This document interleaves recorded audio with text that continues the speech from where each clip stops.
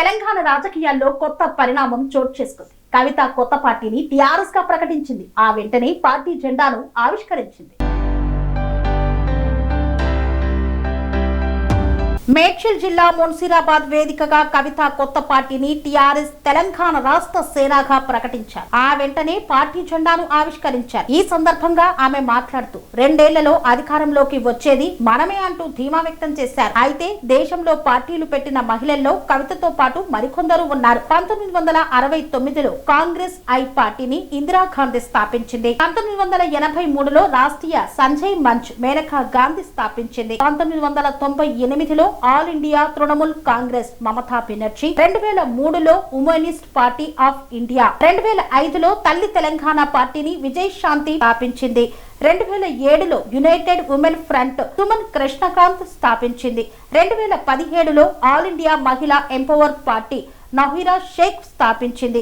2019లో National Women's Party Shweta Shetty ప్రారంభించింది. 2021లో వైఎస్ఆర్ తెలంగాణ పార్టీని వైఎస్ షర్మిల స్థాపించింది. 2025లో తెలంగాణ రాష్ట్ర సేన పార్టీని కల్వకుంట్ల కవిత ప్రస్తుతం స్థాపించారు. వీటిలో ప్రస్తుతం కొన్ని పార్టీలు మాత్రమే మనుగడలో ఉన్నాయి. మమతా బెనర్జీ సారథ్యంలోని All India Trinamool Congress Party ప్రస్తుతం పశ్చిమ బెంగాల్ రాష్ట్రంలో అధికారంలో ఉంది.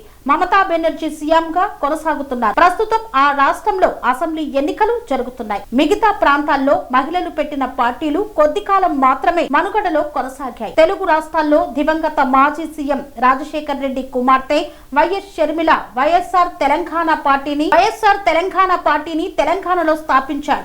అయితే కొద్ది కాలంకు ఆ పార్టీని షర్మిల కాంగ్రెస్ పార్టీలో విలీనం చేశారు. ప్రస్తుతం ఆమె ఏపీలో కాంగ్రెస్ పార్టీ అధ్యక్షురాలుగా కొనసాగుతున్నారు. సినీ నటి విజయశాంతి కూడా తెలంగాణలో తల్లి తెలంగాణ పార్టీని స్థాపించారు. ఆ తర్వాత కాలంలో పార్టీని అప్పటి టీఆర్ఎస్ పార్టీ ఇప్పుడు బీఆర్ఎస్ లో విలీనం చేశారు. ప్రస్తుతం ఆమె కాంగ్రెస్ పార్టీలో కొనసాగుతున్నారు. తెలంగాణలో ప్రస్తుతం కవిత ఏర్పాటు చేసిన తెలంగాణ రాష్ట్ర సేన పార్టీని తెలంగాణ ప్రజలు ఏ మేరకు ఆదరిస్తారో వేచి చూడాల్సిందే. మహిళల సారథ్యంలో ఓ వెలుగు వెలిగిన పార్టీల్లో జయలలిత సారథ్యంలోని అన్నా డిఎంకే, మాయావతి సారథ్యంలోని బీఎస్పీలు ఉన్నాయి. ఈ 2 పార్టీలు జయలలిత, మాయావతి సారథ్యంలో ఆయా రాష్ట్రాలతో పాటు దేశ రాజకీయాల్లో కీలక భూమిక పోషించాయి. జయలలిత గత కొన్నేళ్ల క్రితం మరణించగా మాయావతి ప్రస్తుతం ప్రత్యక్ష రాజకీయాల్లో యాక్టివ్ గా లేరు.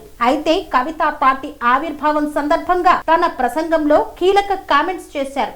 నేను కూడా ఒక అమ్మగా పరిణితి చెందాలనుకుంటున్నా అని చెప్పారు. అంటే తమిళనాడులో జయలలిత తరహాలో తెలంగాణ రాజకీయాల్లో నా పాత్ర ఉంటుందని కవిత చెప్పుకొచ్చే ప్రయత్నం చేశారని ఆమె ప్రసంగంను బట్టి అర్థమవుతుందని పలువురు రాజకీయ విశ్లేషకులు పేర్కొంటున్నారు. మరి కవిత తెలంగాణ రాజకీయాల్లో కొత్త పార్టీతో ఎలాంటి సంచలనాలు సృష్టిస్తారనేది వేచి చూడాల్సిందే. స్వామి బోధానంద గోసేవ ఆశ్రమం సైథాపూర్.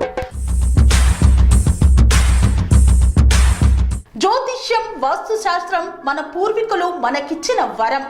దుర్గాదేవి, కాలభైరవ ఉపాసనతో వాక్సిద్ధి పొందిన శ్రీ శ్రీ బోధానందగిరి స్వామివారు మీకు ఎలాంటి సమస్యలున్నా, వాటిలో ముఖ్యంగా ధన నష్టం, ఆరోగ్య నష్టం, భార్యాభర్తల మధ్య గొడవలు, ప్రేమించుకున్న వారు దూరం అవడం, ఎన్ని సంబంధాలు వచ్చినా పెళ్లి ముడి పడకపోవడం, రోడ్డు ప్రమాదాలు, అప్పుల బాధలు, వ్యవసాయంలో నష్టాలు, పెద్దల మాట పిల్లలు వినకపోవడం, ఆరోగ్య శాంతి, గృహశాంతి, మనశ్శాంతి లేకపోవడం, ఇలాంటి సమస్యలు ఉన్నట్లయితే ఒక్కసారి స్వామీజీని కలవండి.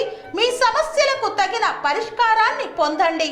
అంతేకాక అన్ని రకాల వ్యాధులకు గోపంచగవ్య మరియు మూలికా వైద్యం చేయబడును. నమ్మకంతో రండి, ఆయురారోగ్యాలతో వర్ధిల్లండి. మా అడ్రస్ స్వామి బోధానంద గోసేవ ఆశ్రమం, సైథాపూర్, వీరభద్రస్వామి గుడి దగ్గర, యాదగిరిగుట్ట. సంప్రదించవలసిన నెంబర్ 9849213754 మరియు 9618034138.